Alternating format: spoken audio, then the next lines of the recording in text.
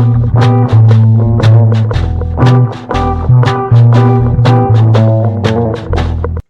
hello friends, welcome.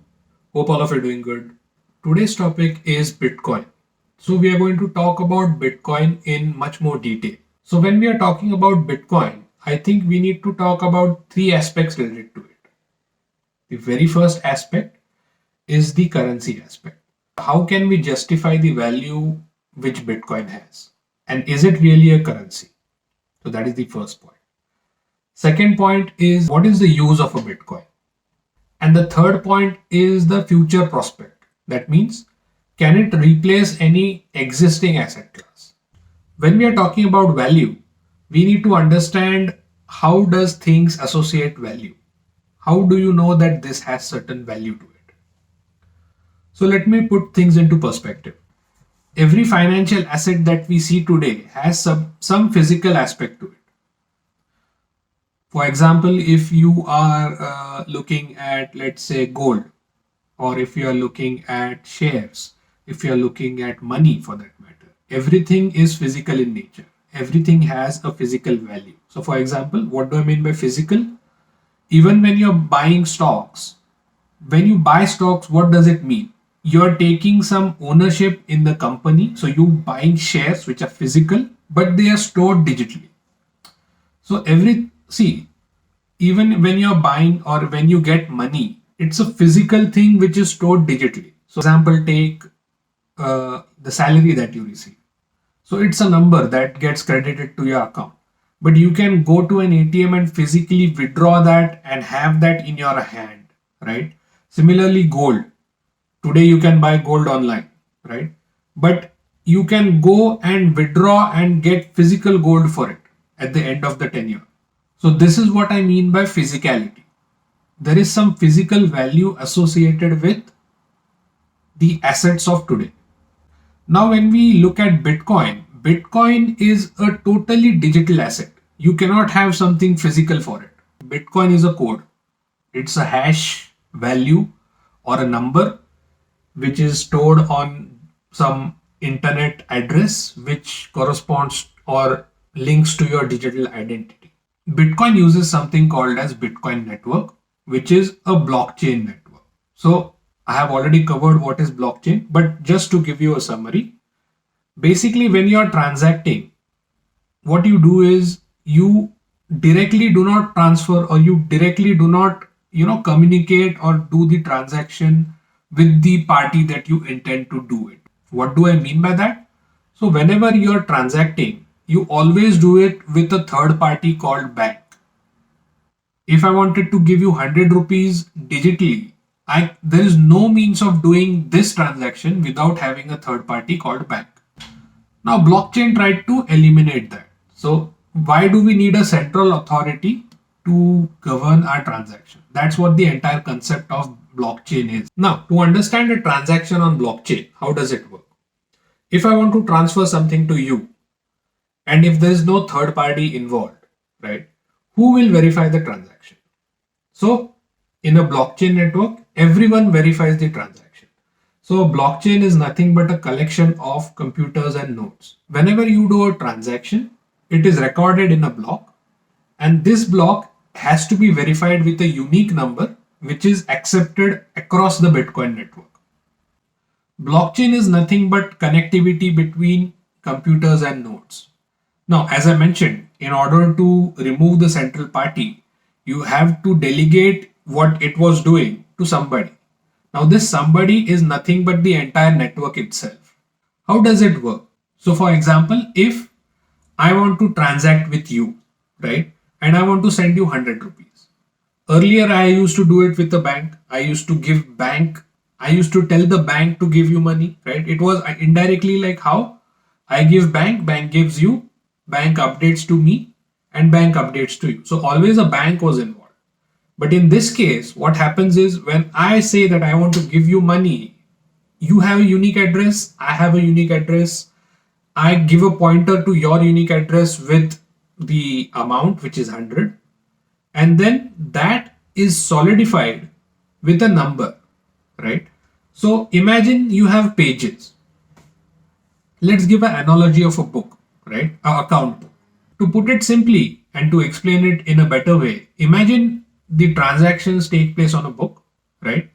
The book has number of pages.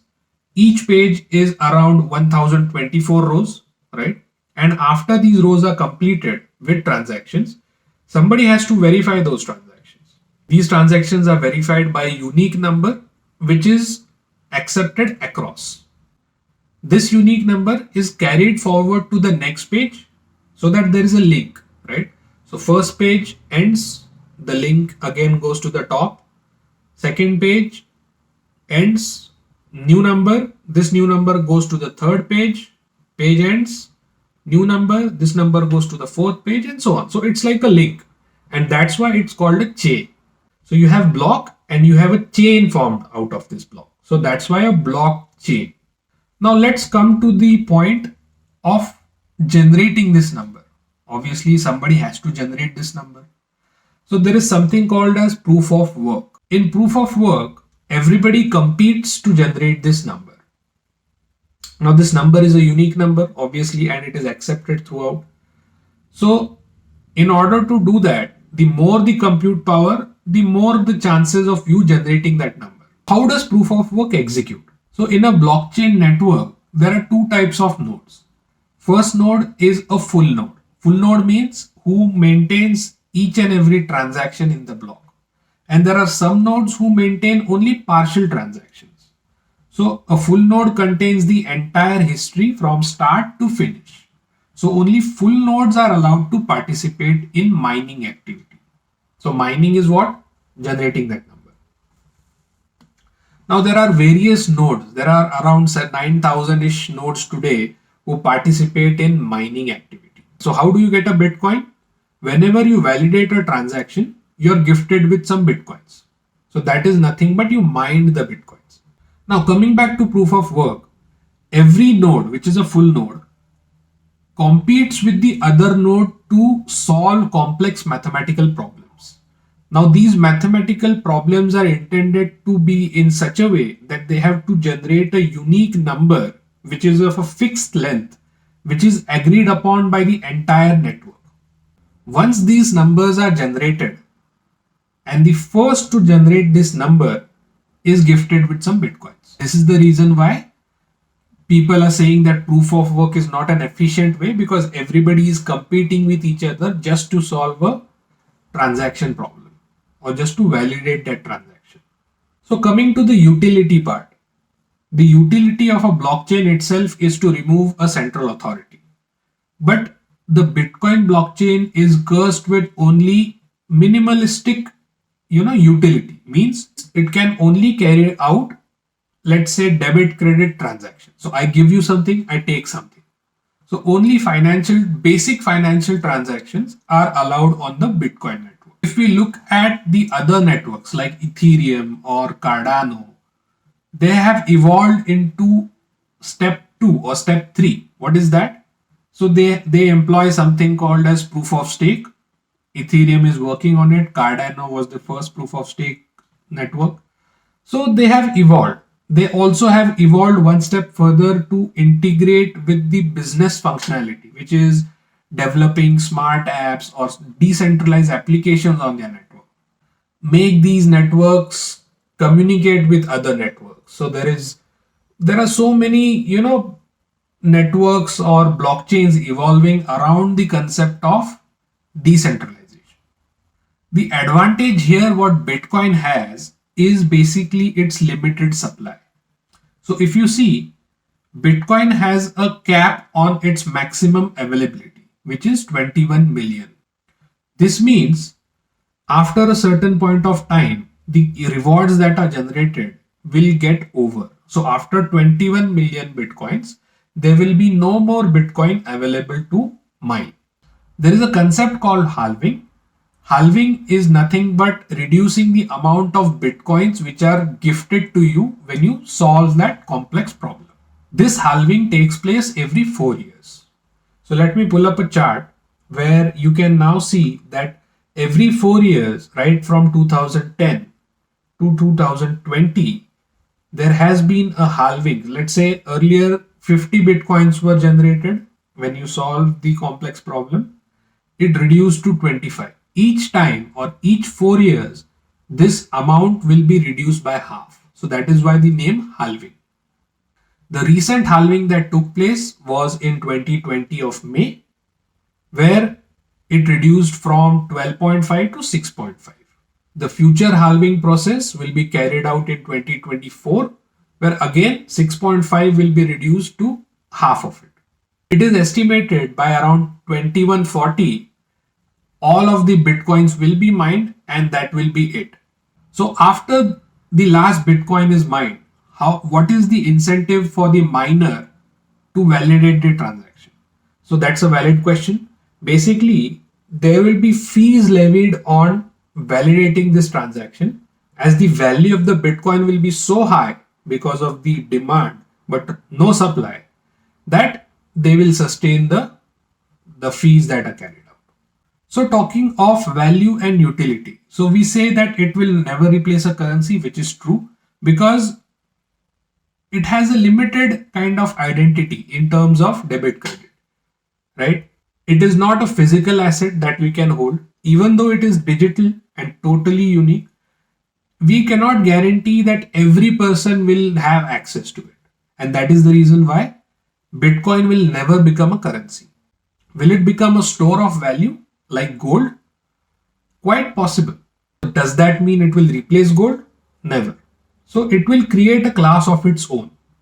It is never going to replace an existing asset class. So when we talk of advantages, the first advantage is it was the first in the market. So that's why it has a market capitalization of more than $1 trillion. The second advantage that it has is basically its limited supply, which other coins do not have. So it is tricky. So there will be one coin. I'm not saying it will be Bitcoin, but there has to be a digital currency which is having a store of value. So it has to be limited in supply. It has to have all the business benefit, which is today available with Cardano or Ethereum, etc. If you have recently seen what is going on, there was a 30% drop in the price of Bitcoin because China banned it. Elon Musk tweeted that Tesla will not accept it and so on due to environmental reason, which is partially true. Not fully true, because the conventional methods are using far more electricity and resources compared to blockchain. But yeah, proof of work has a flaw that everyone competes to it, and then wastage is happening on each transaction level, on each block level. However, Bitcoin is here to stay, because if you look at the Bitcoin dominance chart, which is the BTC chart, Bitcoin dominance, you will see that after Ethereum, Cardano, Cosmos, Polkadot, all these blockchains evolved, the graph went down. So Bitcoin dominance, which was 100% at a time, came down to 40%. But after the recent drop, what has happened is people panicked. People said, okay, let's trust the currency or the cryptocurrency which has the highest market capitalization, which is Bitcoin. So that's why in the recent months, you must have seen, if I pull up that chart, you can see there was a drop, 40% drop, and from 40%, it went back again to 48%.